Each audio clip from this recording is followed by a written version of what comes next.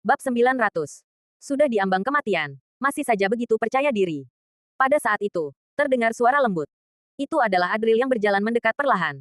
Ketika semua orang melihat Adril yang berlumuran darah, hati mereka bergetar ketakutan. Mereka secara refleks membuka jalan untuknya. Pengecut semua. Apa yang kalian takuti? Ada aku di sini. Teriak Nando. Nando langsung tersulut emosi saat melihat ini. Tetapi langkah demi langkah Adril yang mendekat seolah-olah menghantam langsung ke jantungnya, membuat tekanan di hatinya makin tak tertahankan. Namun, dia masih menolak untuk menyerah dengan tatapan penuh kebencian. Dia berkata, Adril, jangan coba-coba menakutiku.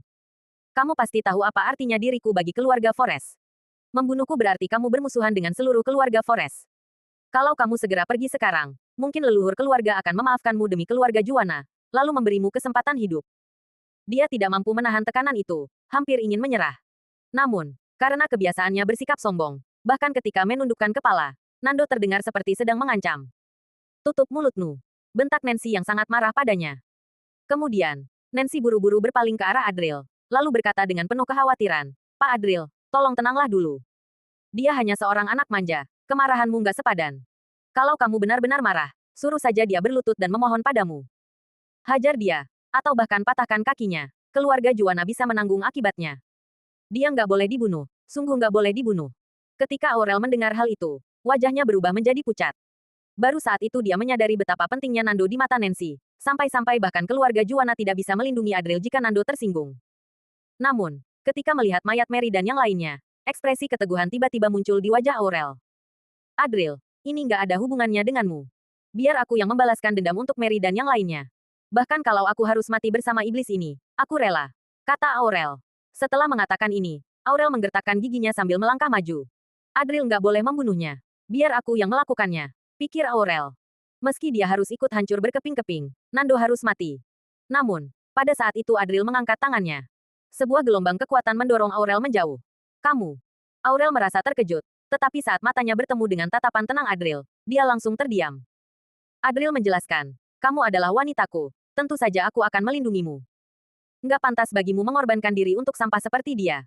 Setelah berkata demikian, Adril berjalan menuju Nando. Kalimat itu membuat Aurel tak bisa berkata-kata lagi. Dia hanya bisa memandang Adril yang melangkah tanpa ragu. Matanya mulai basah. Adril. Sudah lama hatinya menjadi milik Adril. Aurel bahkan rela mati demi pria itu.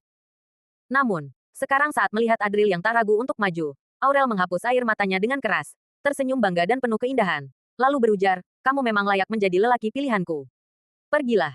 Meski kamu mati, aku akan mengikutimu. Kalau bisa mati bersamamu, itu adalah kebahagiaan bagiku. Lanjut Aurel. Pada saat ini, Nando sudah kehilangan semua perlindungan.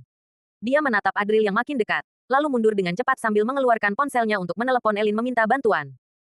Dia berteriak dengan marah pada para pemuda kaya di sekitarnya. Apa yang kalian lakukan? Cepat kemari lindungi aku. Namun, para pemuda itu hanya menundukkan kepala, menjauhkan diri mereka. Saat senang mereka akan menikmatinya bersama, tetapi saat menghadapi bahaya, mereka tidak ada yang mau terlibat. Adril, tenanglah dulu. Aku minta maaf. Oke.